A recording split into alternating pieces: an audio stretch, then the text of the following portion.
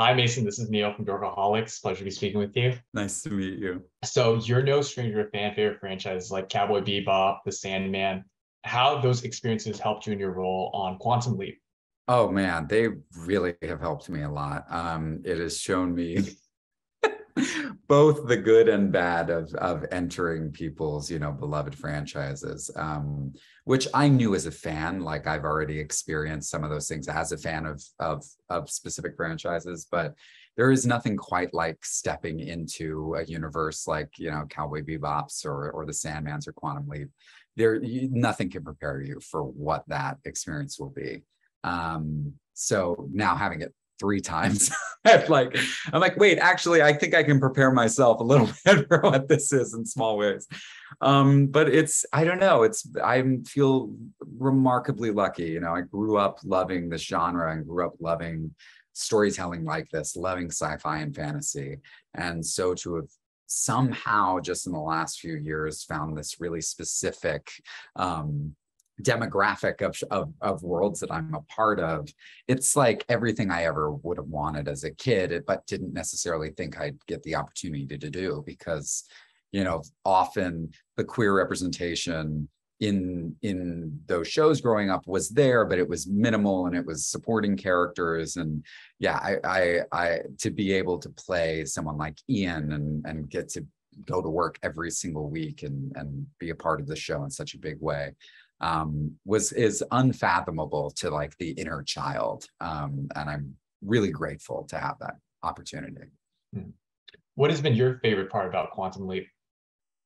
I mean, I've said it a few times, but I think that my favorite part, both as an audience member and as someone who, has a stake in it, who's working on it, is the ability that the show has to open doors to very specific conversations that otherwise, might not happen.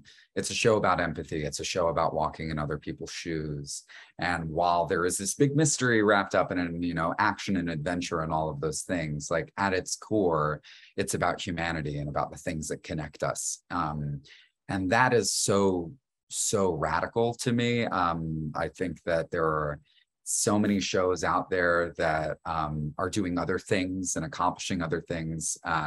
But what this show does that very few are capable of is it's an incredible teaching device. It's an incredible device to allow people to experience stories of individuals that they may or may not have the opportunity to do, especially in a network television format. And that is like the coolest thing in the world. In your own words, how would you describe your character, Ian Wright? I think that Ian is a hyper intelligent, precocious, fun, and deeply loving individual. I think that Ian really does bring a lot of heart to the show. There's been so many moments for them to be able to connect with, Addison and Ben, and I just want to continue to be able to do that with the series. Because it's nice to have a queer character that is very well rounded and like is not bogged down by an immense amount of trauma or an immense like a big coming out story or having to explain themselves to anybody. Like it's just very normalized in the way that like my experience in life, is. And like the show really accurately reflects the world that I live in and the friends that I have. People like Raymond Lee and Ernie Hudson and Caitlin Bass, like all these actors and these characters look like the people that I see on a daily basis. And that to me is really important as someone who's both within the world and someone who wants to see worlds like this continue to thrive.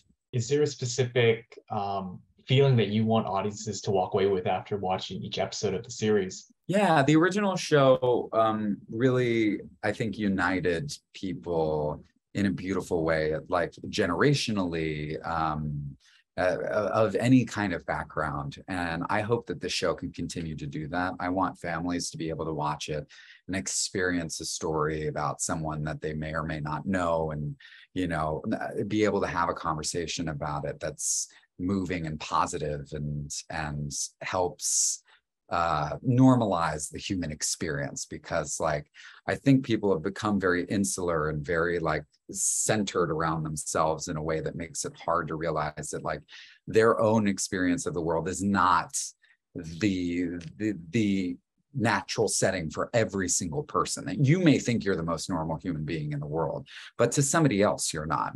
And you know, like everybody is unique and deeply individual, and that's important to recognize. And I think that a lot of people don't, because we're so focused on like on this binary structure of the world of kind of putting people in categories. You're this kind of person, you're that kind of person.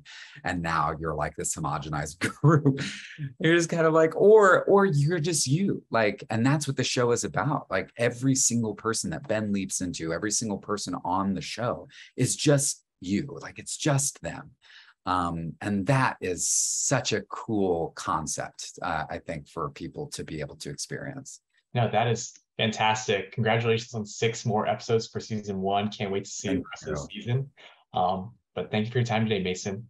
Yeah, thank you so much. It's very nice to meet you.